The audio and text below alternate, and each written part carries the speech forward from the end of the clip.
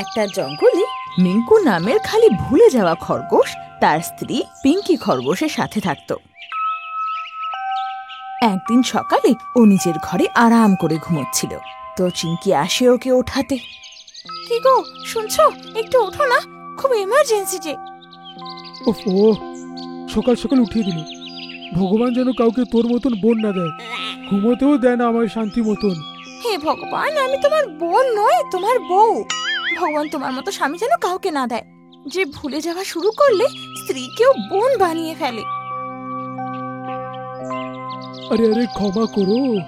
আচ্ছা, ব্যাপারটা কি? বাইরে চলো, আসো, দেখি কি হয়েছে। ওরা দুজন ঘর থেকে বেরোয় তো দেখে টিনু পাখি কষ্টে কাতরাচ্ছে। আরে কি হলো টিনু পাখি, তোমার কোনো সমস্যা হচ্ছে নাকি?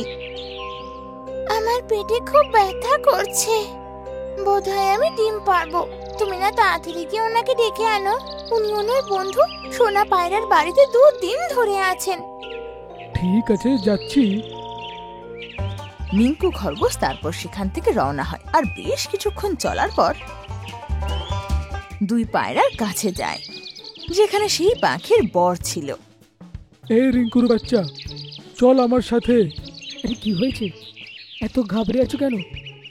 এবার মিঙ্কু খরগোশ ভুলে যায় যে ও বলতে কি এসেছিল, আর ও ওকে বলে, তোমার স্ত্রী টিনু পাখির সকাল সকাল মৃত্যু হয়েছে, শিগগিরই আমার সাথে চলো।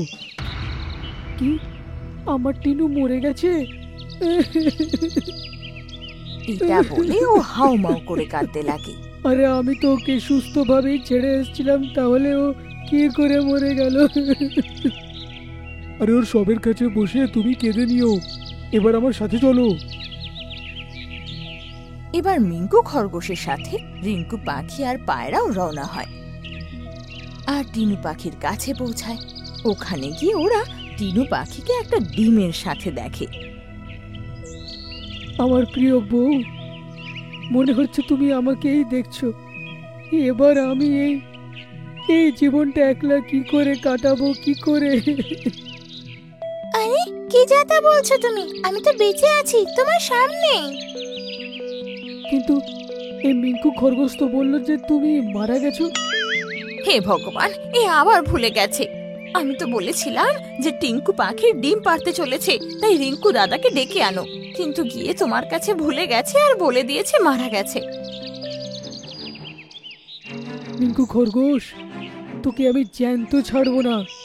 তখন পায়রা আর রিঙ্কু পাখি মিলে রিঙ্কু খরগোশকে খুব মারতে লাগে। আরে আমাকে ছেড়ে দাও, আরে ভালোর তো যুগই নেই। আমি তো বিরক্ত হয়ে গেছি তোমার এই স্বভাবে, মাঝে মাঝে মনে হয় তোমাকে ছেড়ে চলে যাই আমি। আরে এটা কি বলছো তুমি? কোনো মা কি নিজের বাচ্চা থেকে বিরক্ত হয়ে তাকে ছেড়ে চলে যায়? এটা শুনে চিঙ্কি খরগোশের মাথা আরো গরম হয়ে যায়। আরে অসভ্য লোক, আমি তোমার মা নই, তোমার বউ গো। পাশের জঙ্গলে গোল্ডি শের নিজের মন্ত্রী শিয়ালের সাথে কথা বলছিল। আমার ভাই শের সিং অনেকদিন আগে গ্রিনল্যান্ড জঙ্গলে রাজত্ব করতে গেছিল, এতদিন হয়তো রাজাও হয়ে গেছে। সেরম কিছুই হবে না দাদা। সামনে তাকিয়ে দেখে তো অবাক হয়ে যায় যে ওর ভাই শের সিং খুব খারাপ অবস্থায় এগিয়ে এসছে। আরে আরে, কি হয়েছে তোমার? তুমি তো জিততে গেছিলে না, এই কি অবস্থা নিয়ে ফিরেছো তুমি? কি আর বলি, ওদের জঙ্গলে মোটা পেঁপে আছে আর একটা খরগোশ। কি বললি, জাদুর খরগোশ? হ্যাঁ, একটা খরগোশ, কিন্তু কি বলি, অনেক জাদু আছে। যখন আমি বললাম আক্রমণ, তখন ও শুয়ে পড়লো। তারপর যখন অন্যদের আক্রমণ করি তখন দাঁড়িয়ে গেল, আর নিজের জাদু দেখিয়ে এত বাজেভাবে মারলো যে আমার এই অবস্থা হলো। সিংহের জাত মাটিতে মিশিয়ে দিলি, এবার তোকে আমি দেখাবো কিভাবে রাজত্ব করতে হয়। দেখ কিভাবে এখন আমি ওকে মজা দেখাবো। তারপর গোল্ডি শের নিজের মন্ত্রী শিয়ালের সাথে সেখান থেকে রওনা হয়, আর ব্লু ল্যান্ড জঙ্গলে পৌঁছায়। ওর হুঙ্কার শুনে সব পশুরা ভয় পেয়ে যায়। সবাই কান খুলে শুনে রাখো, এই জঙ্গলের এখন আমি রাজা। তোমরা সবাই আমাকে রাজা মেনে নাও, না হলে এক এক করে মারবো সবাইকে। জঙ্গলের চারিদিকে হাহাকার শুরু হয়ে যায়। তো সব পশুরা ওর কাছে মিনতি করতে লাগে যেন ও জঙ্গল ছেড়ে চলে যায়। কিন্তু এসব শুনে গোল্ডি শেরের সাহস আরো বেড়ে যায়। সোনু পায়রা তারপর মিঙ্কু খরগোশের কাছে যায়। কেন করেছে? আমাদের জঙ্গলে গোল্ডি বাঘ আক্রমণ করেছে। এবার ওকে আমাদের রাজা বানাতেই হবে। আরে, এটা তো খুব খারাপ খবর। আরে কিচ্ছু হবে না। আমার থাকতে যদি ও জঙ্গলের রাজা হয়ে যায়, এটা তো আমার জন্য লজ্জাজনক হবে। তোমার কি হলো আবার? কি উল্টো পাল্টা বকছো? তোমার এত সাহস, খরগোশ হয়ে সিংহকে এরকম বলছো? আরে বাপরে, তুমি শের নয়, তুমি খরগোশ। ঢ্যামনা খরগোশ, আমি সিংহ, আর এখন নিজের জঙ্গলকে আমি বাঁচাতে যাব। খরগোশ ভুলে যায় যে ও আসলে খরগোশ, আর নিজেকে বাঘ মনে করে গোল্ডি বাঘের সামনে গিয়ে দাঁড়িয়ে পড়ে।